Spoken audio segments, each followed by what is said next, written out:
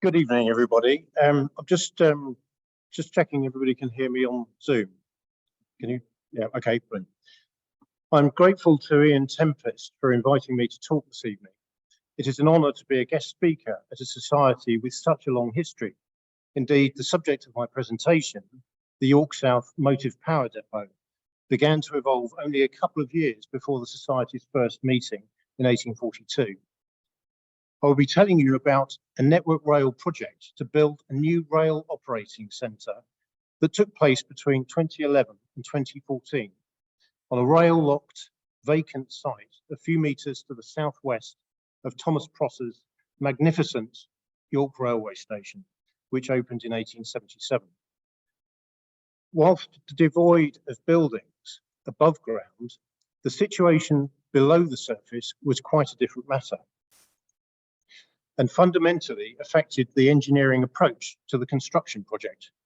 This work was led by Ramboll, a multidisciplinary engineering, environmental and design consultancy, which had partnered with BAM Construction to deliver the development scheme. Until just over 7 years ago, I was employed by Ramboll as its lead heritage and my screen. As its lead heritage and archaeology consultant. Since then, I've been working as a heritage advisor at the Canal and River Trust. Network Rail's newly built rail operating centre, as you see in the photo, the largest of 12 controlling signalling across the mainland of the United Kingdom, opened in September 2014 to the immediate southwest of York Station. This particular facility controls all rail operations on the East Coast Main Line from King's Cross to the Scottish borders. This £35 million flagship building was the culmination of a complex construction project by Ramboll and BAM. The site is also used for training and is equipped with a workforce development centre, which includes both indoors and outdoors tracks, the latter comprising 3 sidings, 150 metres long. For me personally, Yorkshire is a place to which I have come to learn 3 times, in fact. In 1983, I studied civil engineering at the University of Leeds, then in 1990, archaeology at the University of York. The 3rd time was for this project in 2011, which was an opportunity for me to enhance my understanding of railway heritage. As a child, I didn't have a railway set, and I wasn't taken by my father to the railway to look at locomotives. So this is a challenge for an archaeologist working in such an established area of research, for which there are so many intersecting strands of information. One of those, which I will be drawing upon extensively this evening, is the wealth of photographs taken somewhat heroically by railway enthusiasts between the 1930s and 1960s, now forming an immensely important archive that not only provides insights into the structural and operational evolution of the buildings, but also captures something of the experience of the observer. All of this is typically incidental backdrop to the stars of the photos, the locomotives. Please forgive me for the copyright notes on all of these images for the purposes of the live streaming of this talk.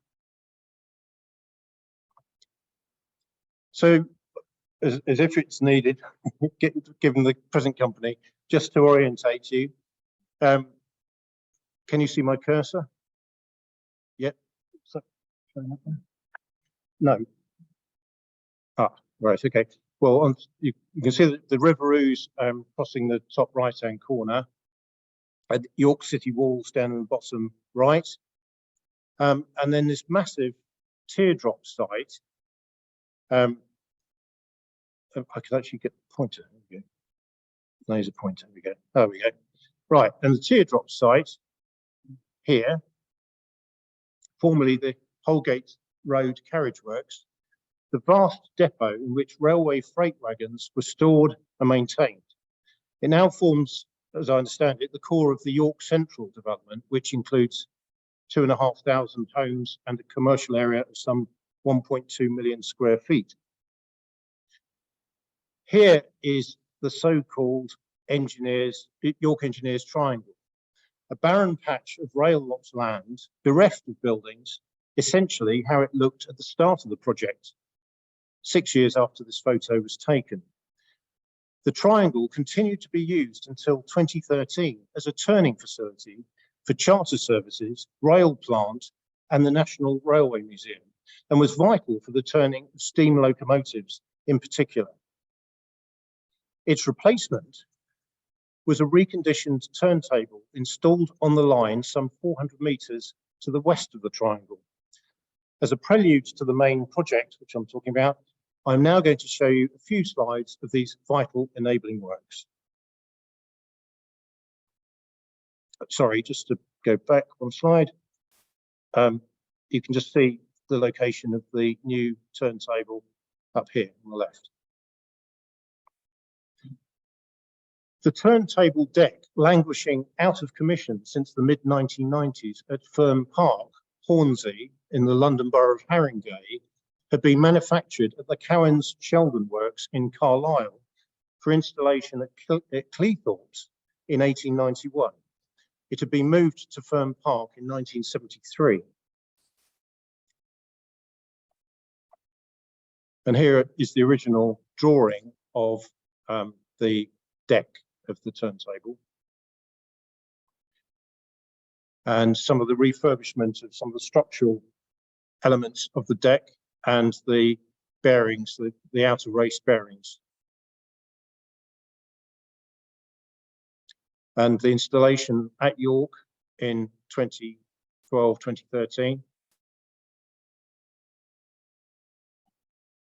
A ribbon cutting ceremony took place on the 16th of January 2013 before turning the first loco, GWR 5972 Alton Hall, Great Western Railway 460 Hall class locomotive, built at Swindon Works in 1937, re-liveried, as many of you will be familiar, as the Harry Potter engine Hogwarts Castle. So, interlude over. This problem that had given rise to publicly expressed concern among railway enthusiasts had been solved. Before Ramboll and BAM Construction were appointed by Network Rail, I was invited by senior colleagues to give my opinion about archaeological and heritage risks associated with the proposed development of the 2.8 hectare York Engineers Triangle site. My advice was that the risks were significant, but could be managed with a confident, proactive approach that delivered certainty and clarity for the project team from the outset. In addition to the potential for prehistoric and Roman archaeological deposits buried at some depth, the probability of finding well-preserved remains of the major buildings that form part of York South Motive Power Depot was high. Network Rail understood this risk and accepted the need to undertake desk-based research and trial trench evaluation to establish the level of survival.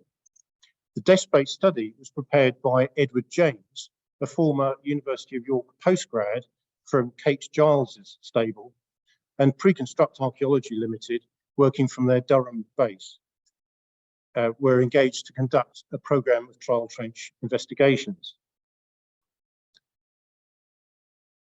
As you all know, York was and remains the epicentre of the Northern Railway system, forming a hub for lines travelling in all directions.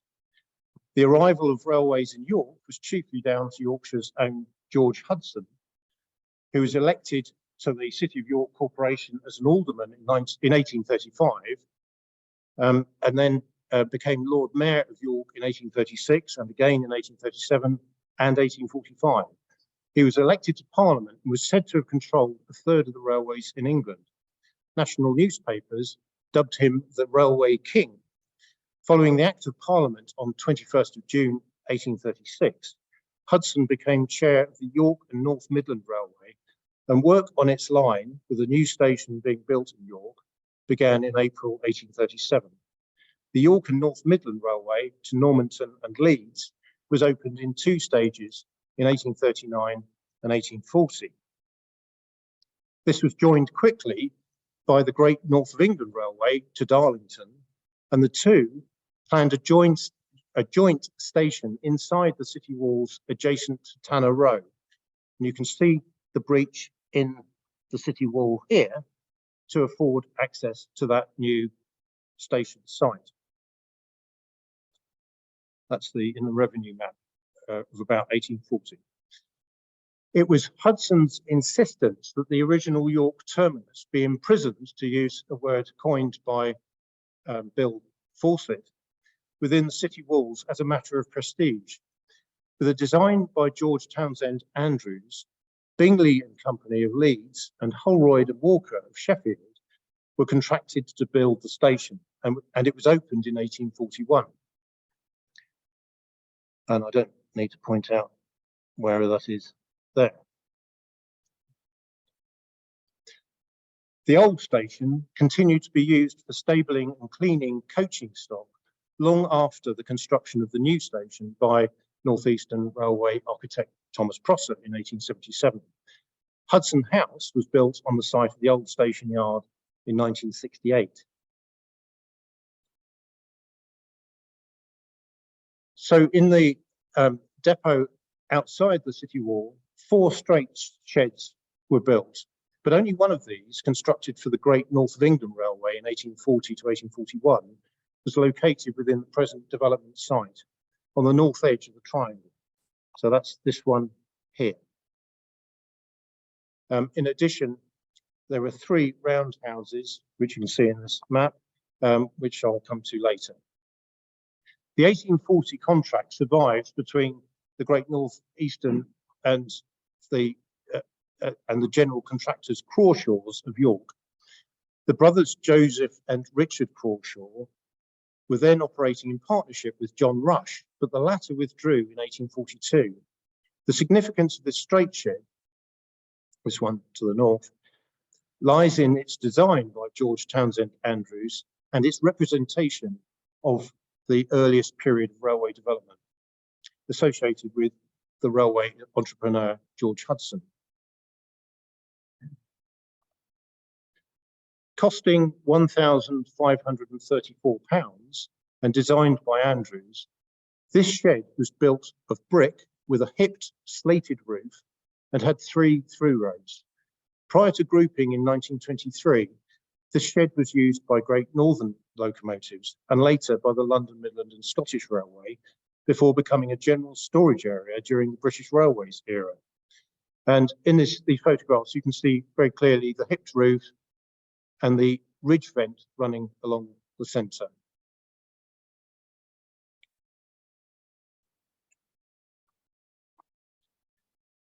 The original roof was later removed by the London North Eastern Railway and replaced with a curved roof with a brick façade on the western end and wooden valence boards on the eastern end. This pair of photos shows the same locomotive before and after nationalisation in 1948, and its associated renumbering from 7997 to 47997.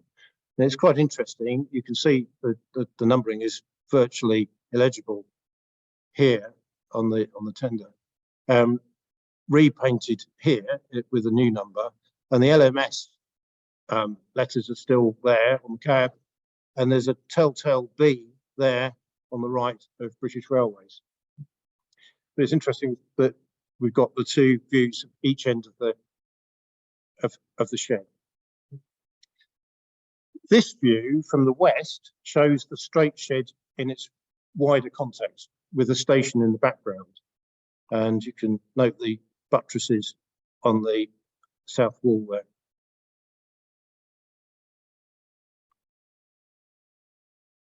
The first of the circular engine sheds was Roundhouse 1, built in 1850.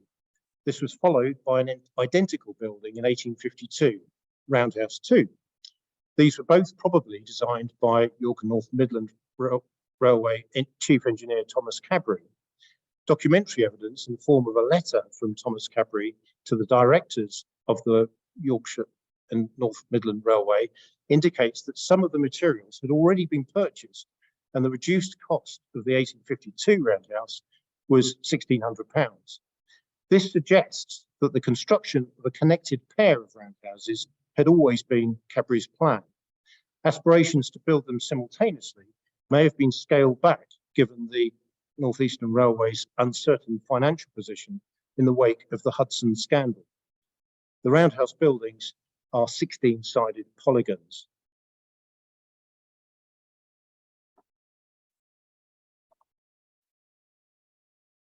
William Bell's work retained the outside walls, but the round arched doorways were rebuilt in a segmental form to provide better clearance. Roundhouse 1, the 1850 structure, remained in use until 1921, when it was destroyed by fire. At the time, it was being used for the repair of sheep wagons and was also housing a petrol area inspection saloon. Roundhouse 2 continued in use, stabling pilot engines until 1961. At some point during the 1930s, however, probably when the station was enlarged, it was truncated on its southern side, and the smoke removal stacks were removed from the roof.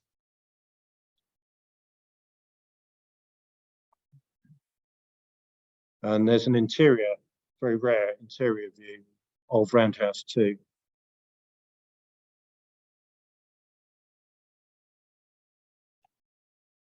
The amalgamation of the York, Newcastle and Berwick and the York and North Midland Railway companies with the Leeds Northern in 1854 created the North Eastern Railway, which was a profitable enterprise thanks to a near monopoly on all North East rail services. Continued expansion of York's railway infrastructure occasioned the need for an additional engine stable by 1863. The third roundhouse, York South, was designed by the North Eastern Railway's architect Thomas Prosser and built in 1863-4. And there is the site at its apogee in terms of development, with all three roundhouses extant before, as I say, Roundhouse 1 was demolished following the fire in 1921. Larger than its predecessors, measuring 52.5 meters across, that's 172 feet. I actually measured it. The Gherkin in London would entirely fit within that circle. This roundhouse had 18 sides with 18 rows, radiating from 45-foot turntable. Externally, Roundhouse 3 was architecturally distinct from the two earlier roundhouses on the site and more decorative in character.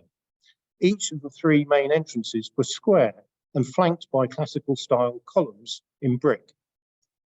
The external architectural features of Roundhouse 3, which integrated functional utility with neoclassical grace and soaring conical roofs, have been described as ambitiously formal. Thomas Prosser had envisaged a twin sister. Sorry, I just one point one thing out. The roof structure of Roundhouse 3, which unlike its predecessors seems to have been conceived from the outset to cover not only the stalls but also the turntable, was of two distinct parts. In the centre, it was composed of three consecutive conical sections, which, according to contemporary plans, reached 55 feet at its peak. So this sort of barrel structure in the middle with its lantern on the top. This conical dome section was supported on a central ring of cast iron columns, so these ones here, and the valley beams of each gable roof were then supported on two intermediate columns between the centre and the exterior wall. So there's the circle of columns supporting the lantern, and then you've got these two intermediate columns and then the outer wall here.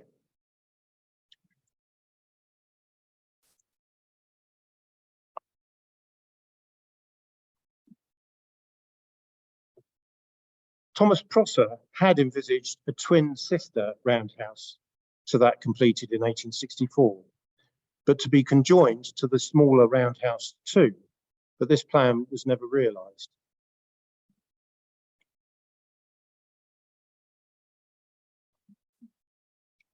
The apex of the conical roof was adorned with a large weather vane in the shape of a locomotive, which you can just see there, the Jenny Lind, with the horizontal ridges of the radiating gable roofs diverging by an angle of 20 degrees.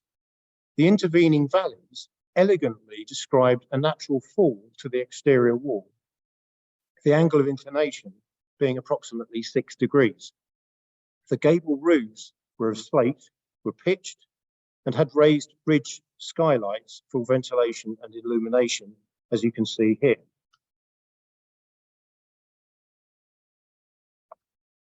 Each of the enclosed 18 bays had a separate gable end with decorative brickwork in the classical style. Whereas the pitched roofs of the earlier roundhouses were largely concealed behind the outside walls, those of Prosser's roundhouse were expressed in the gables. Between each gable, the wall was recessed here so as to emphasize the gable itself. Most of the gables had 3 arched iron-framed windows, above which a string course acted as the base of a pediment, reminiscent of a classical temple, within which was a semicircular opening. This roundhouse was used by the Midland Railway from 1879 until grouping in 1923, when London North Eastern Railway engines were stabled there instead. From 1948, it was used to stable station pilots along with Roundhouse 2.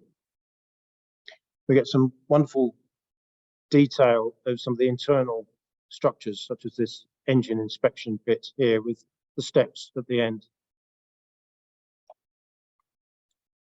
There's a close-up of this class J94 in one of the stalls.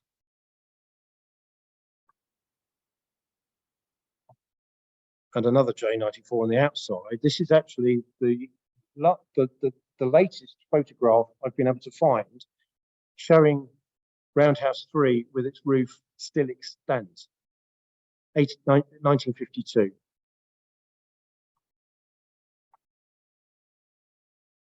Located centrally in the angle between the northern sides of the 2 earlier roundhouses was a smaller 8-sided building with a conical roof surmounted by a domed lantern and with a central chimney flue. Obviously, in this photograph, Roundhouse 1 had long gone following the fire of 1921. But we'll see this a bit later.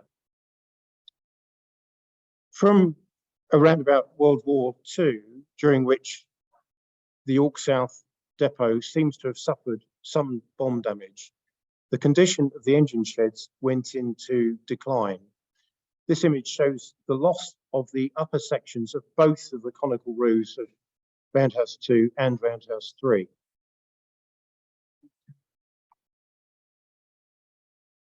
The roof deteriorated on Roundhouse 3 and was removed as unsafe by 1953, by which time the roundhouse was used to store engines awaiting scrapping. With steam in decline and the new diesel motive power depot planned at York North, the roofless shed was closed in 1961. Both of these locomotives were withdrawn in October 1961, which may suggest the date of this photograph. And there's another view. This is of the straight shed, but with the roofless Roundhouse 3 on the right-hand side. Some sort of like poignant scenes shortly before demolition. And you notice the inspection pits extending beyond the building in the foreground. Excuse me, I'll just take a water.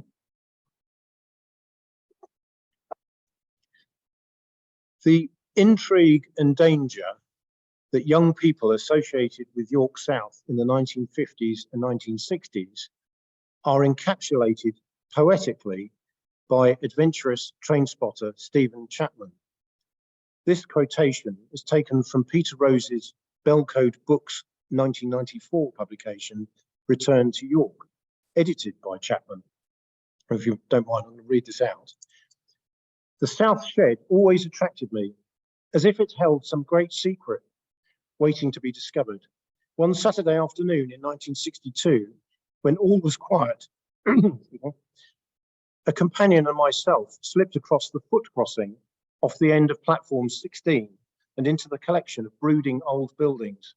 We peered expectantly through the broken windows of the small roundhouse, but its black, empty interior revealed only the old 42-foot turntable and the 16 rusty tracks radiating from it.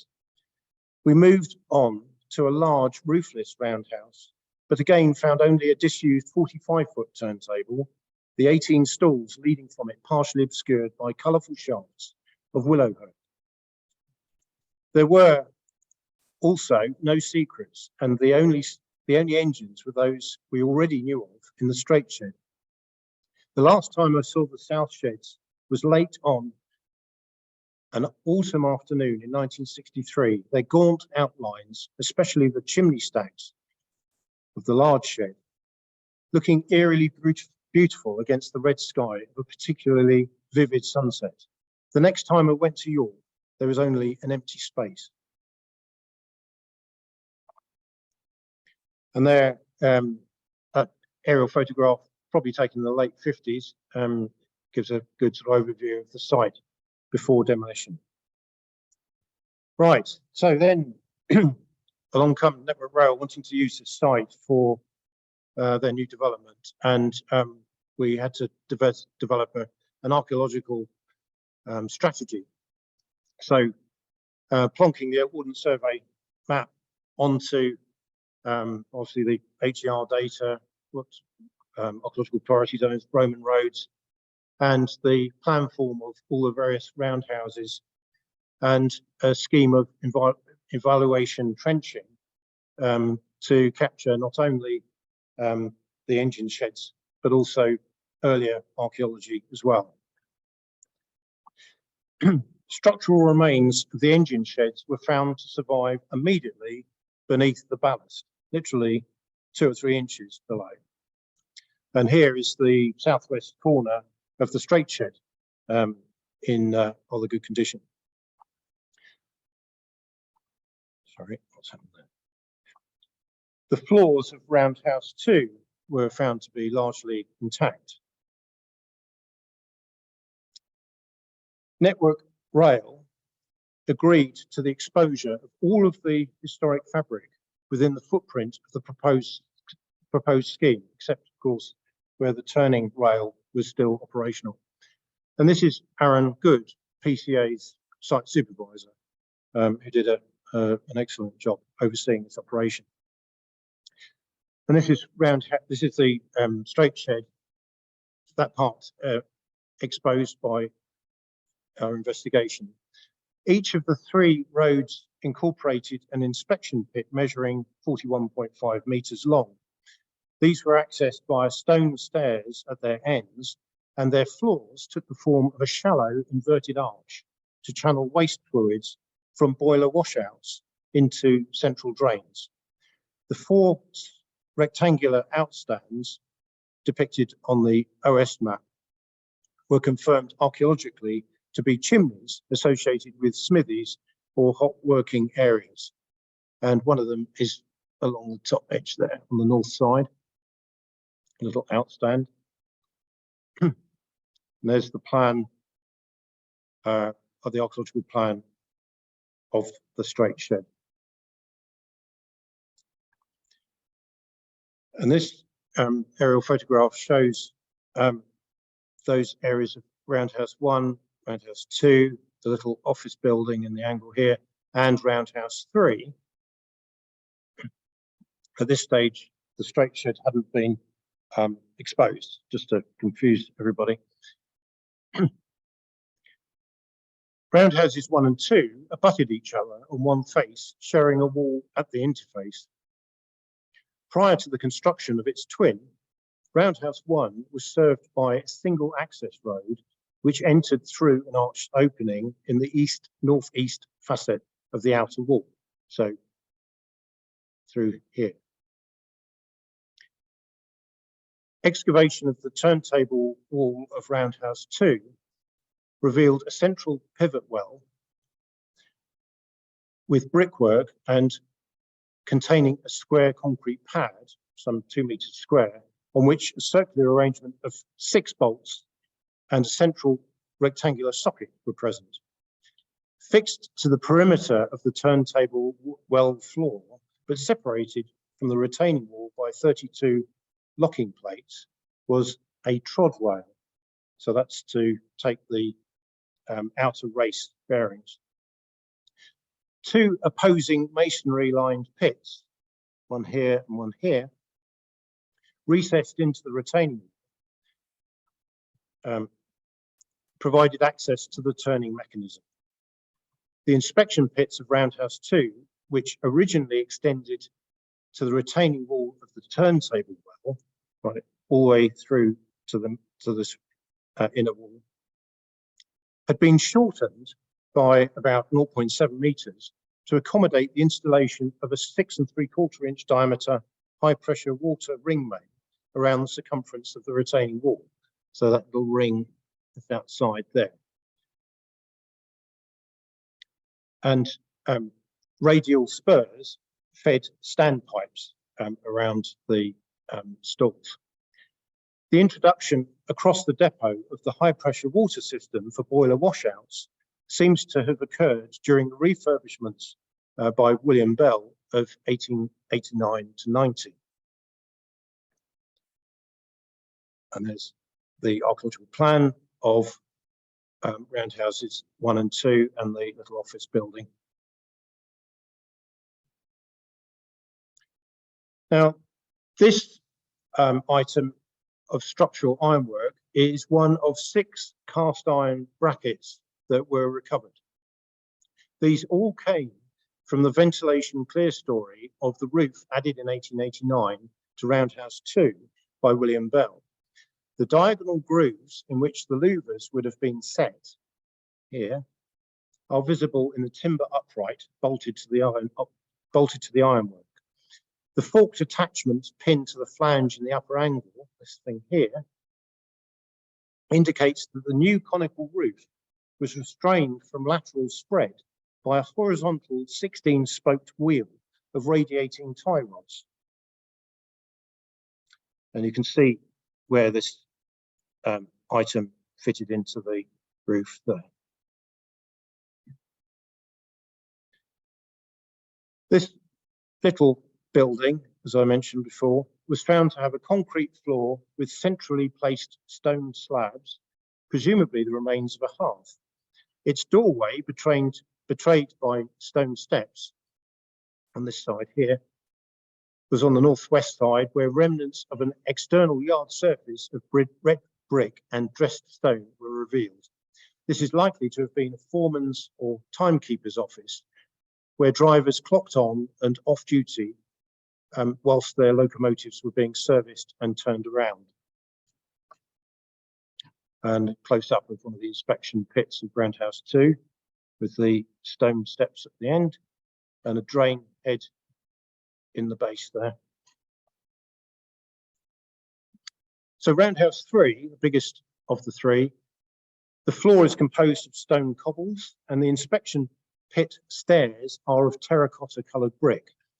There were 4 internal chimney stacks placed symmetrically, and each of the 54 column bases was a square sandstone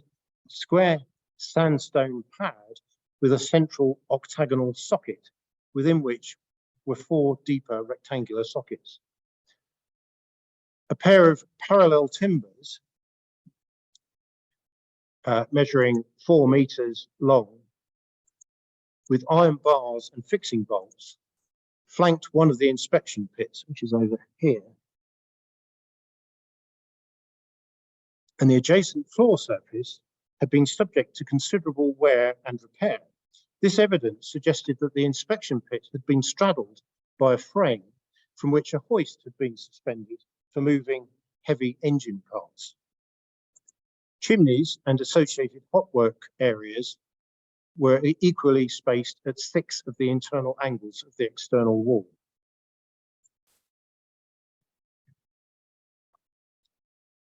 In addition, a sand drying furnace constructed in brick with a floor of iron sheeting was attached to the exterior of the roundhouse to the immediate west of the southern locomotive entrance. So that's this structure here. And the turntable well of roundhouse 3, you see the fixing bolts in the middle and the trod rail around the outside. And again, the archaeological plan drafted by Mark Ruffley at PCA. The conventional archaeological recording was supplemented by laser scanning to provide our engineers with a highly accurate three-dimensional surface model of the structural fabric. Over 30 years ago, when I was a postgrad student at the University of York, the City of York was pioneering the development of deposit mapping as a strategic tool for the intelligent long-term conservation of buried archaeological remains as a research resource. The term monuments in the title of my talk is chosen quite deliberately. This project was as much about built heritage conservation, albeit below ground, as it was about archaeological investigation. Monuments was a moniker readily adopted by John Oxley, the then city archaeologist present in the audience tonight, who had played a leading role in the York Development and Archaeology Study in 1991, as he determined the acceptable impact parameters for the new rail operating centre. The target level of preservation of historic buried structural fabric was set at 95%. Based on the archaeological survey, a heat map showing the extent of survival provided a guide as to where piles could be located with relative impunity. Designing the substructure to minimize impact on the engine shed remains was an iterative process that started with the already decided column positions running up through the building being offered up over the archaeological plan.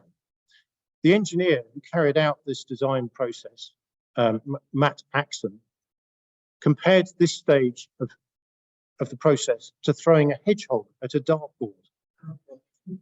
Over successive iterations, each offending pile was eliminated by introducing bridging pile caps, sometimes culminating in interesting compound arrangements, such as this dog-like arrangement here. The lead architect from IDAS applauded Matt's engineering gymnastics and was assured that the formwork fabricators regarded this added complexity as a welcome challenge. Some of the excavations for pile caps provided an opportunity to record structural remains that would have otherwise remained concealed, such as this foundation block for one of the cast iron columns in Roundhouse 2. Meanwhile, with the engineers busy developing a sensitive substructure design, there was a window of opportunity for people to see the site for themselves. The archaeological work was being undertaken some 5 decades after the demolition of the engine sheds. So this project was a timely opportunity to interact with individuals who could recall their personal experiences of the depot's working life. During the weekend of 28th to 29th April 2012, despite persistent heavy and horizontal rain, over 600 people came to view the remains of the 3 roundhouses that had been revealed for the first time since 1963.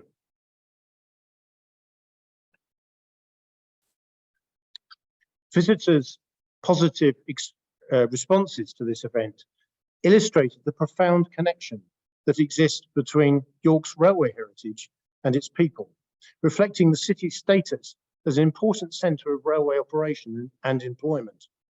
The opportunity to appreciate the dramatic geometry and scale of the roundhouses seemed to engender a renewed interest and pride in the city's railway history and its associated architecture.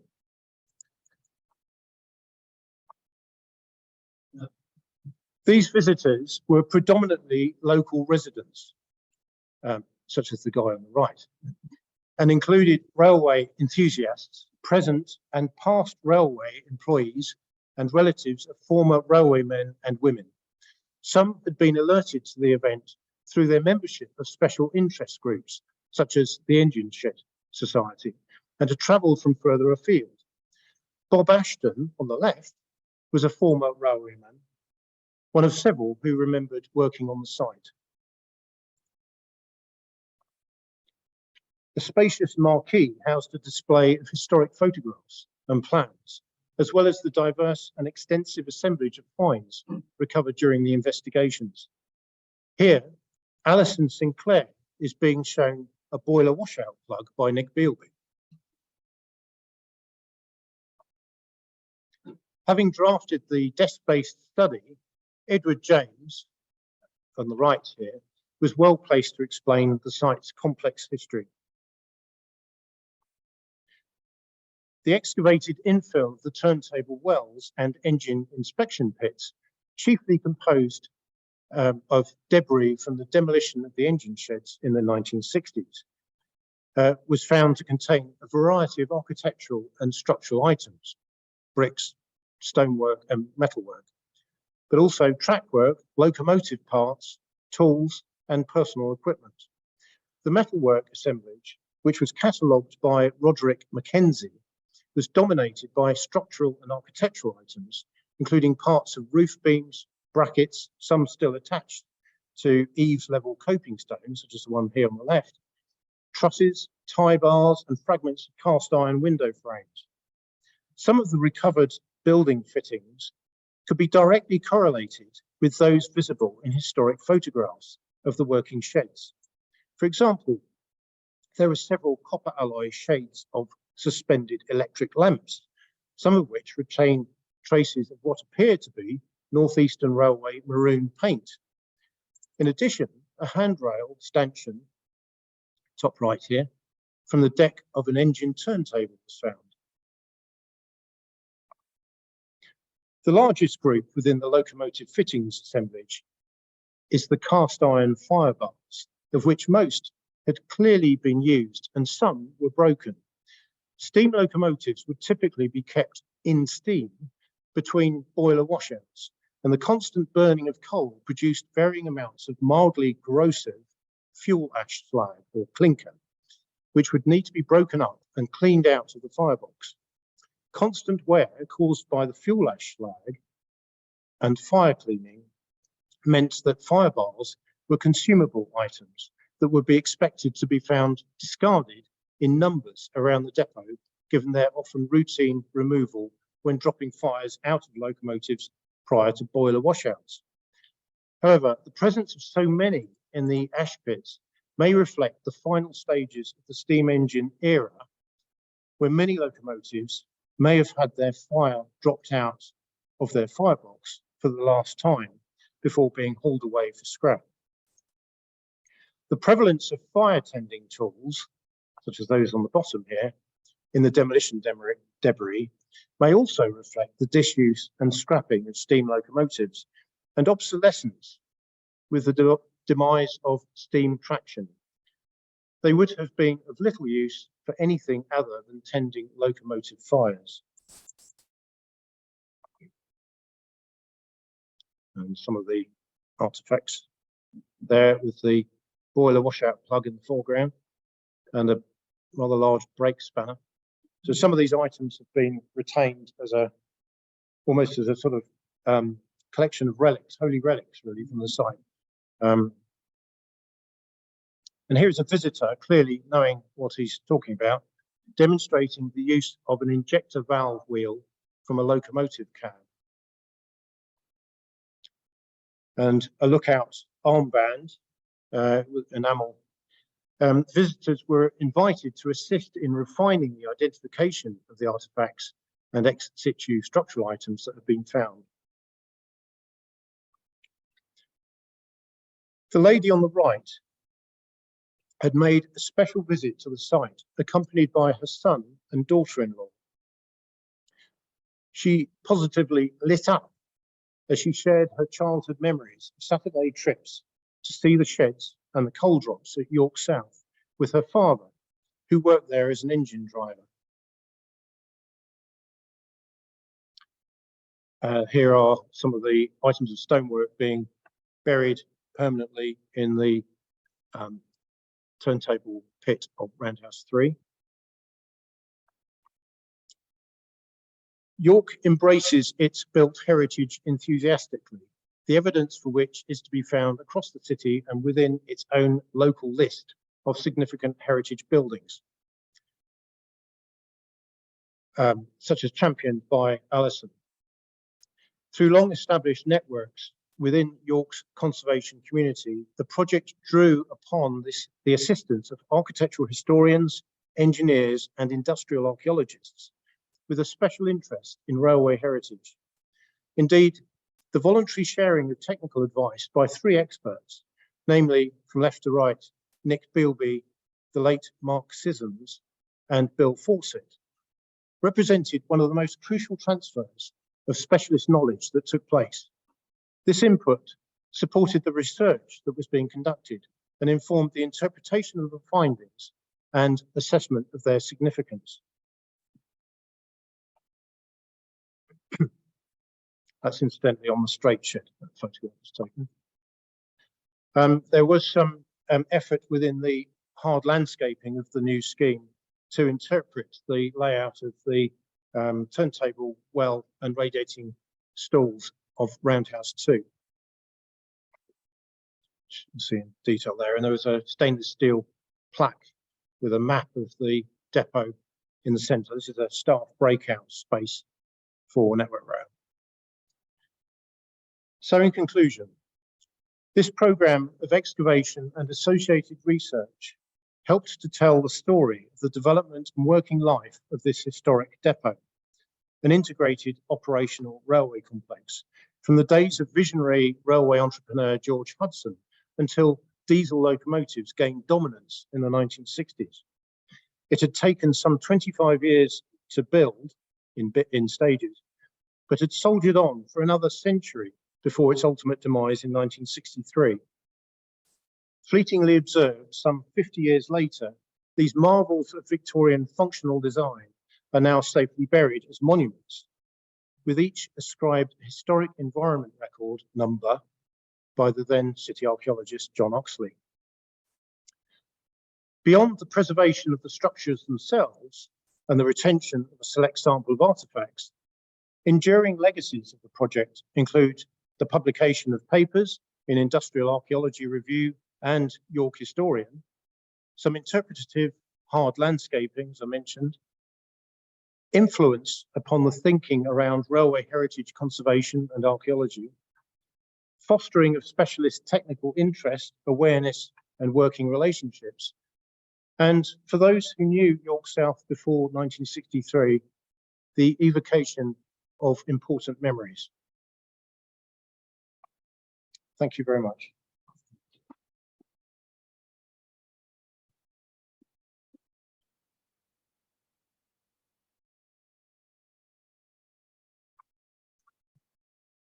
Are there any questions? There must be some. One observation, it's fascinating from, I suppose, yes, I do remember the site vaguely as an overgrown weed-strewn place, because obviously being born in 61, I remember it looking off platform 60 and remembering it, and I knew it was there. But it's one of those archaeological sites where you're not approaching it blind. I mean, to compare, if you went to a Roman site, you'd find a bit of the mosaic and, well, yes, in the 4th, 5th century, well, we don't know. You knew what you were going to find before you dug the site.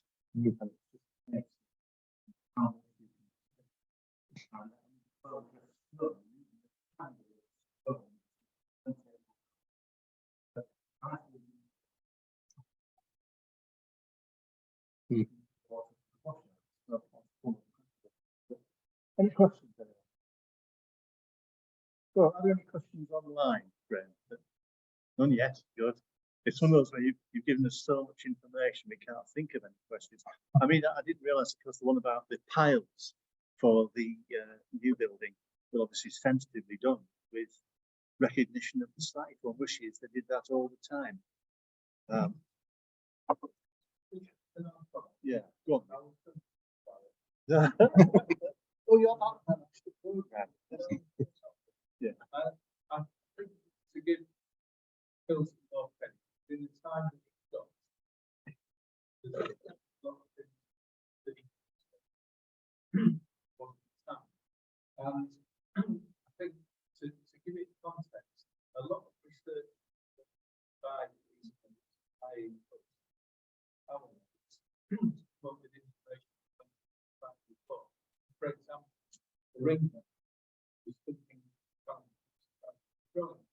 Yes.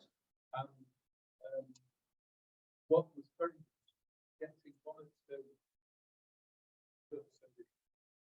effectively old railway that have some memory and information, trying, for example, identify that body workout.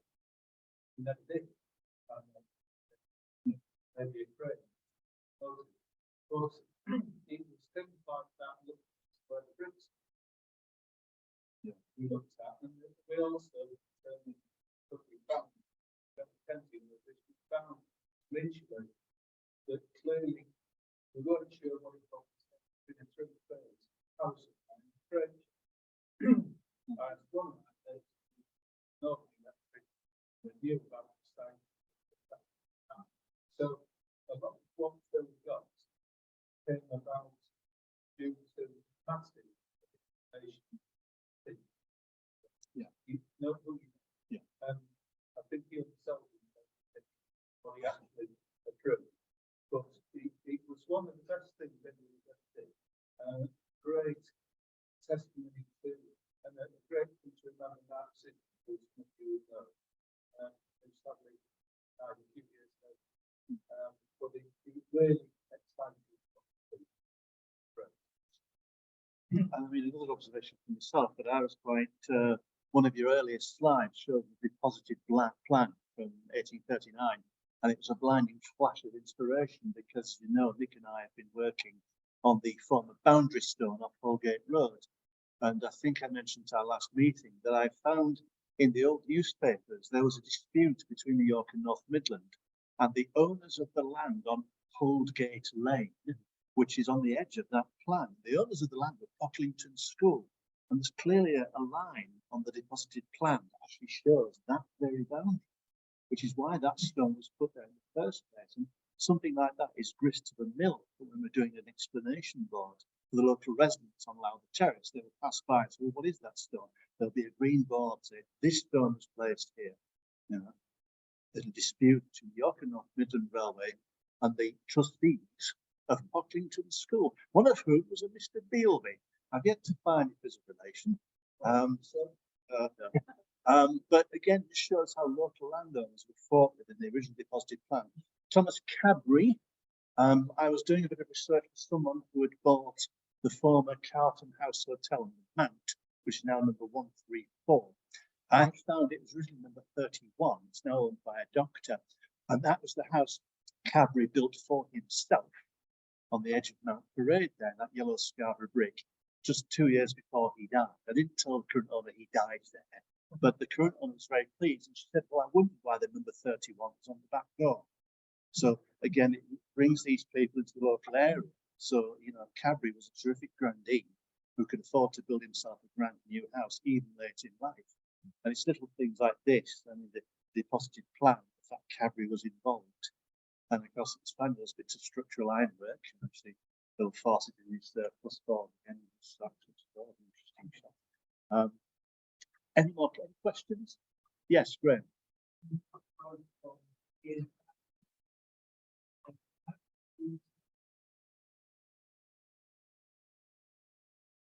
For the benefit of those watching on Zoom, Ian Pattinson was asking, how does the turntable that you uncovered compare to the turntables in the NRM? Well, I think the obvious difference is that it's some 70 foot long, isn't it? The diameter of that turntable well in the railway museum, because it was designed for diesel locomotives. And of course, the turntable in the NRM would have been electric, whereas the 40-foot turntables would be manual, literally pushing the thing round. Whereas the later turntables, of course, were powered by an overhead cable, so they had a sort of horseshoe structure on the centre. But yeah, very much bigger. And Ransom's and Rapier, Ipswich rather than Cowan Sheldon, I would think. But again, it's the electric, as Nick said, about you finding industrial three-phase. And of course, it's the building being adapted over the years. I'm also reminded of the Roman mosaic, where there's a patch of opposignanum cement, where they've removed a bit of the mosaic and patched it. I noticed on the cobbled floor there's a patch of cement, where obviously they've done a patch job on some loose stones. And you know, that's a proper archaeological site. See things like that later there. Any other questions? Yes, Peter. Please.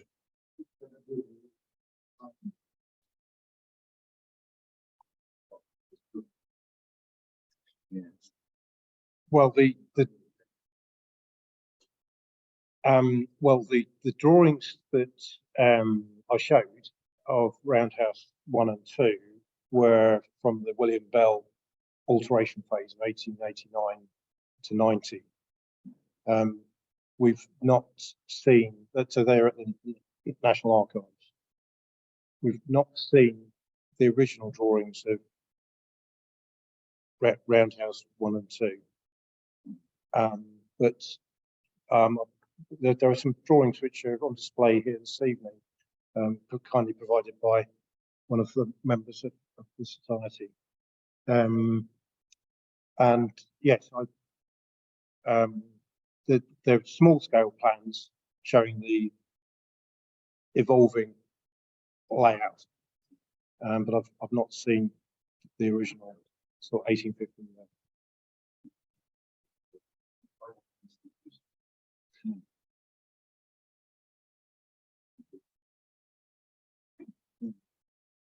Yes, John.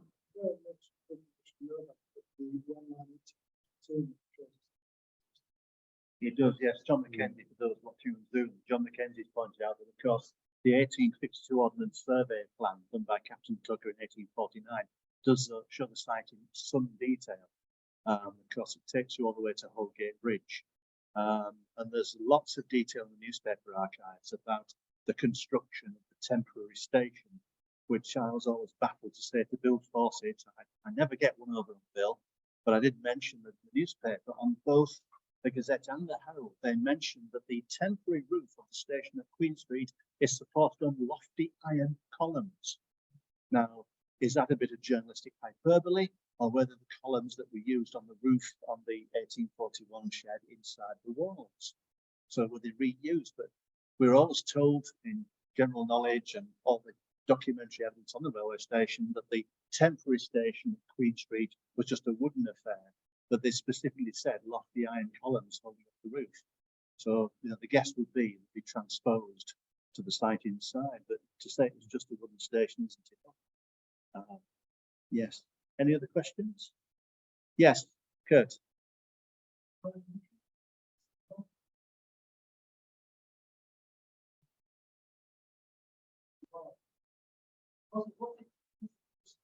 Yeah.